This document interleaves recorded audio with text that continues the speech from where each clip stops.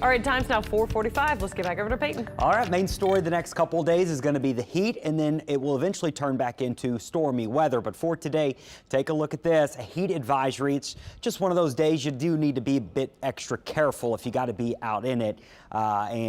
With school back in session, after school activities, keep that in mind. I know we're used to the heat, but it can still be dangerous. Heat advisory means could feel upwards of 108. Hottest part of the day anywhere from noon to around 5 o'clock. That's usually when we're at our hottest, and that includes most locations across southeast Louisiana. Hour by hour showing rain chances are not that high today, about a 20%. Pop-up shower is possible, but as you'll see here with Precision Cast, not expecting a lot. The next couple of days, a lot of the rain is going to be to our north and right on our doorstep to our east. So better chances of storms towards Mobile this evening.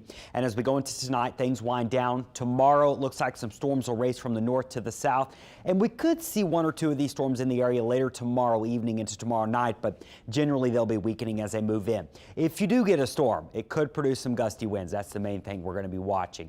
All right, we're in mid-August here. This is getting into the heart of hurricane season. We're tracking tropical waves, nothing out of the norm here. We were talking about this yesterday and waiting for the Hurricane Center to highlight it, and they're now highlighting it as a tropical wave with some showers and storms in the far western Caribbean. It's going to be lifting northwest, but notice its journey is going to take it mostly over Central America and parts of the Yucatan Peninsula through the next couple of days. So with it riding over land, likely not going to do anything except be some moisture. As it emerges, though, in the far southwestern Gulf of Mexico, Bay of Campeche way out here, it will have a low chance to try to organize some by this weekend. So by Friday, about here, Saturday and Sunday. And if it does stay over the water, it may try to organize some. Here's the deal, though. It may run close to land and it may never really do anything. At the moment, doesn't look like our problem. I think we're going to have a ridge of high pressure that could block it from really ever trying to get deep in the Gulf of Mexico. So let's walk you through it here. There's our high pressure steering it. There's the area of moisture.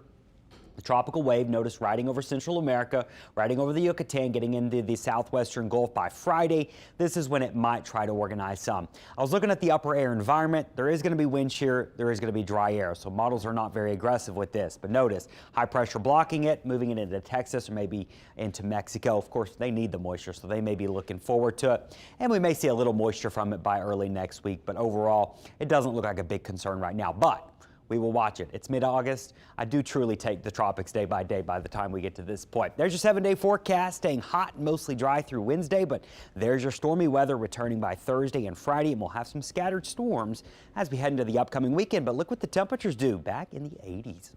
April.